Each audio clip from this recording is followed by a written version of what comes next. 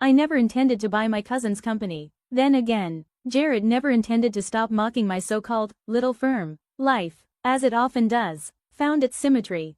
The annual Preston Holiday Gala was in full bloom at Aunt Claudia's Charleston estate, an affair drenched in heirloom chandeliers, over-poured cocktails, and conversation so self-congratulatory it practically echoed.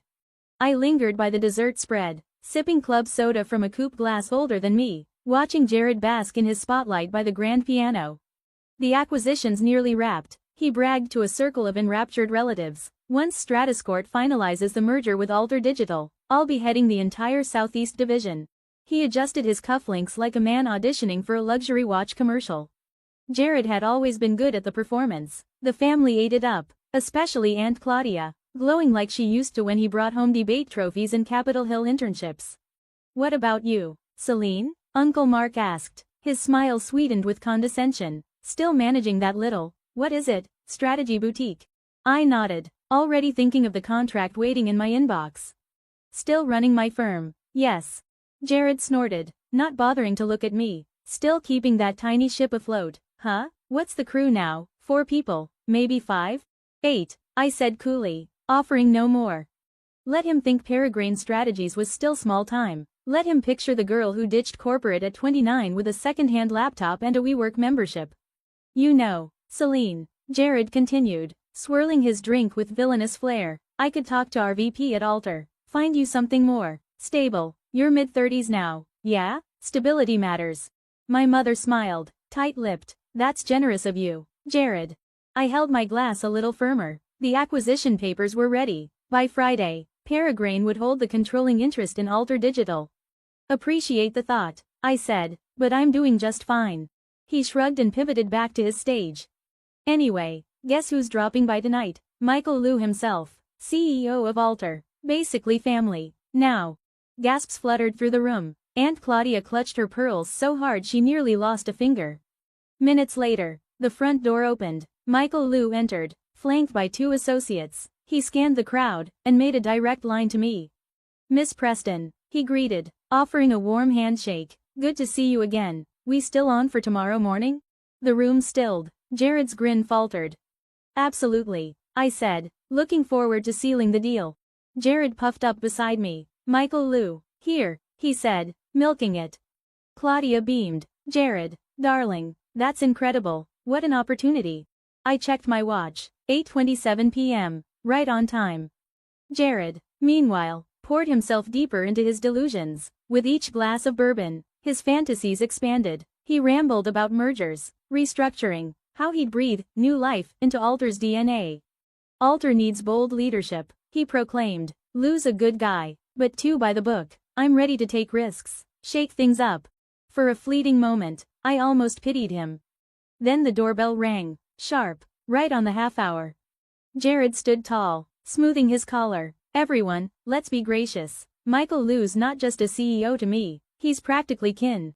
The doors opened. Michael entered like a secret weapon, elegant, composed, wrapped in a coat worth more than most people's mortgages. He didn't glance at Jared. Instead, his gaze locked onto me. He smiled. "Miss Preston," he said, cutting straight through the crowd, "thank you for inviting me. I wanted to personally thank you for how smoothly you've managed the transition." Jared's jaw worked uselessly. "Wait, you know my cousin?" Michael turned, puzzled. "Of course, she's the reason I'm here. Celine Preston is acquiring Alter Digital." Silence fell like a dropped chandelier.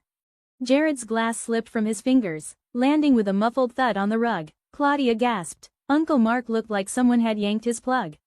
I just took another sip from my coupe glass. Not bad for a tiny outfit.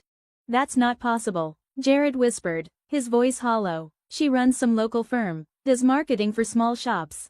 I set my coupe glass gently on the mantel. "Actually, cousin, Peregrine Strategies is a bit more than that. We're a global acquisitions and restructuring firm, and as of yesterday, we hold the controlling stake in Alter." The truth was out. The firm they'd mocked for years wasn't tiny, it was massive, silent, strategic, powerful. While they hosted galas and swapped war stories, I'd been building an empire, one that now included Jared's entire division. He looked like he might be sick. "As for your promotion," I said softly, "we'll be discussing some organizational changes." The room fell into a heavy silence. You could almost hear the delicate machinery of pride, assumptions, and denial grinding to a halt in everyone's minds. Jared remained frozen, his empty glass dangling from his fingers. Michael Liu, calm as ever, spoke as if he hadn't just shattered Jared's world. Excellent. Miss Preston's acquisition team was exceptionally sharp, he said, nodding toward me with a kind of professional respect my family had never shown. The way Paragon structured the buyout, timing, leverage, compliance, was masterful. He glanced at Jared. Your cousin is one of the most strategic minds I've worked with. Jared flushed from pale to crimson in seconds. This has to be a joke, he stammered, searching the room for backup. Celine doesn't, she can't. Can't what? I asked evenly. Can't run a multi-billion-dollar firm? Can't outmaneuver a legacy board? Can't be more than just your freelancing cousin who left a stable job chasing a pipe dream? Our aunt finally spoke, her voice fragile with disbelief. Celine, darling, why didn't you say anything? I turned slowly to face her.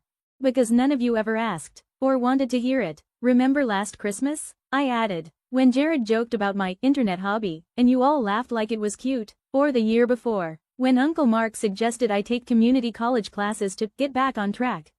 Uncle Mark winced. We were just worried about you. Well, I said, swirling the last of my soda, Paragon Strategies now manages over $12 billion in global assets. In the past 3 years, we've acquired 17 companies. That tiny firm just bought Alter Digital for $4.2 billion. Aunt Lillian gasped. Someone dropped a cookie platter. Jared's face contorted, like he might actually scream. You can't do this, he hissed, stepping closer. You can't just buy my company. I've worked there for 8 years. I'm supposed to be the next division director. Michael Liu cleared his throat. About that. No, I interrupted gently. Let me handle this. I fixed Jared with a steady gaze. We need to talk about your role at Alter. His voice cracked. My role? I earned that promotion. You can't just walk in. Your office, I said firmly. Now. The crowd parted as I led him down the hallway. Murmurs and shocked whispers filled the space behind us. Jared slammed the door once inside, his executive mask crumbling fast. If you want to hear what I told Jared behind that door, and how everything changed after, make sure to subscribe. The next chapter is where the real reckoning begins. How long? Jared demanded, his voice sharp. How long have you been planning this? Was this some twisted revenge scheme? I settled into the leather chair behind his desk, his prized possession, his symbol of control. It felt fitting. Across from me, Jared paced in tight, erratic lines, trying to outrun the truth. Believe it or not, Jared, I said, not everything is about you. Paragon has been analyzing Alter for years. The fact you worked there, I shrugged. Coincidence? Coincidence? He laughed bitterly. You expect me to believe that? You've always been jealous of my success. Without a word, I pulled out my phone and opened my banking app. A few taps later, I held the screen up, his eyes locked on the number and widened. That can't be real. It's my personal liquid net worth, I said evenly, just the accessible portion. Paragon Strategies is worth far more. So, Jared, remind me, what does success look like to you? He sank into the guest chair, the heat draining from his anger, shoulders slumped. Why didn't you ever say anything?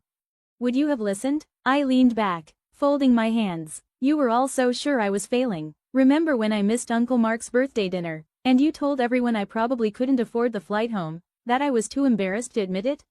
His silence said everything. I was in Singapore, I continued, negotiating the Turner Industries acquisition, $2.8 billion, but all of you assumed I was making excuses. His face paled. The Turner deal, that was you? Then the Madison merger last fall, the Carson buyout last spring. All Paragon? All Paragon, I confirmed. We've been building a global empire in silence while you lectured me about real jobs. He buried his face in his hands. And now, he whispered, you own Alter, you own my company. Yes. I stood and smoothed my slate gray dress. As the new controlling partner, I have concerns about West Coast Division leadership. His head snapped up. You wouldn't dare. I pulled a Navy folder from my tote. Let's review your performance, Jared. The red flags, compliance shortcuts, missed deadlines. That's standard industry practice, he barked. No, I said, voice low and firm. It's sloppy, it's arrogant. I slid the folder closed and set it firmly on his desk. And under Paragon's leadership, I said. That ends now. Jared slumped back in his chair, the fight draining from him. So that's it, he muttered. You're firing me, your own cousin? Not firing, I said calmly. I'm offering a choice. I opened the folder, turning it toward him. You can transfer laterally to our Minneapolis branch. Same pay, no promotion, fresh start, or resign, and we'll provide a 3-month severance package. His mouth fell open. Minneapolis? But my life is here, my network, my condo, your inflated sense of importance. I finished for him. Your golf club access, your nameplate on the parking spot. Yes, you'd lose all that. I locked eyes with him. But you'd keep your job, your choice. His fingers trembled as he stared at the offer. This is cruel, Celine, he whispered. Using your power like this, it's cruel. Cruel? I repeated, rising slowly. Like mocking my business at every family dinner was cruel? Like calling me a failure behind my back? Like suggesting I become your assistant, that was cruel. Through the closed door, the party buzzed on, music playing, glasses clinking. No doubt they were still spinning the story, rewriting history, pretending they'd always seen my potential. You have until New Year's to decide, I said, heading for the door. Oh, and Jared? I glanced back. That corner office you love? I'm turning it into a wellness lounge. His face twisted, but I didn't wait for a reply. Back at the party, my parents stood near the fireplace with Aunt Lillian and Uncle Russ. Their conversation stopped the moment I entered. My mother stepped forward, arms open. Celine, sweetheart, we had no idea, all this time, and you've been so successful, why didn't you tell us? I hesitated, stepping back from her embrace. Would it have mattered, Mom, if it wasn't flashy or public? Of course it would, she said, too quickly. We're your family. No, I said gently, you're people who share my last name. Family supports without proof. Family listens, even when the story isn't impressive. My father cleared his throat. Celine, maybe we misjudged things, but we always wanted what was best for you. Did you? I asked. Or did you want what looked best to your tennis club circle? Michael Liu appeared, saving them from answering. Miss Preston, he said politely, I'm heading out, early session tomorrow to finalize integration. Of course, I smiled. My team will have the paperwork on your desk by 9 a.m. As he left, I heard my mother whisper to Aunt Lillian, did you hear? She has a team. I nearly laughed out loud. Now they were proud, now they were curious. Now that my success echoed through their social circles, they finally wanted to listen. A few minutes later, Jared emerged dazed and unsteady, heading to the bar. He poured 2 fingers of bourbon with trembling hands. The moment his glass hit the counter, cousins and uncles swarmed him with questions he couldn't answer. For once, he stayed silent. I gathered my clutch and coat. This wasn't how I wanted to reveal the truth, not at a family gala, not so publicly, but maybe that made it better, clean, final, impossible to dismiss. Leaving already? My father asked as I reached the door. But we've barely spoken. Tell us more about your firm, your acquisitions, your team. I glanced at my watch. I have a 6 a.m. flight to London, board meeting with a potential acquisition. But it's Christmas, my mother cried. Yes, I said softly. And for the first time, you all understand why I won't be here. No more assumptions I skip events out of shame. No more whispers that I'm broke or embarrassed. I'm leaving because I'm successful, because I've built something extraordinary. While you doubted me, I was becoming someone who didn't need your belief. I paused at the door, turning once more. Oh, and Jared? Remember when you said you'd put in a good word for me at altar? I let the silence hang. Don't worry, I think I'll manage. The look on his face nearly made up for a decade of condescension. Almost. Driving down the oak-lined driveway, my phone buzzed with messages from relatives I hadn't heard from in years. Congratulations. Let's catch up. We always knew you were going places. I deleted every one. They say success is the best revenge, but they're wrong. The real victory isn't buying the company your cousin swore he'd run. It isn't outmaneuvering your whole family at their own game. The real victory is never needing their approval at all. 3 months later, Jared quietly accepted the Minneapolis transfer. My parents now introduced me as their visionary entrepreneur daughter, skipping the part where they once suggested I get an admin certification. As for me, I'd just finalized another acquisition, a modest tech firm in Savannah, Preston Dynamics. My father's retirement project. His pride and joy. The legacy he'd always hoped Jared would lead. I had my assistant send over the ownership transfer letter. Sometimes silence says it best, especially when it comes with a header that reads, "From the desk of your tiny firm owner."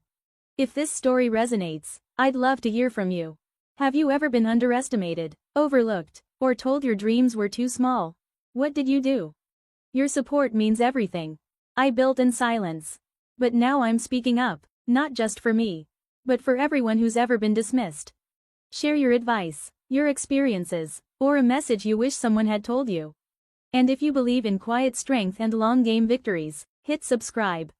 Let's keep proving success doesn't need permission.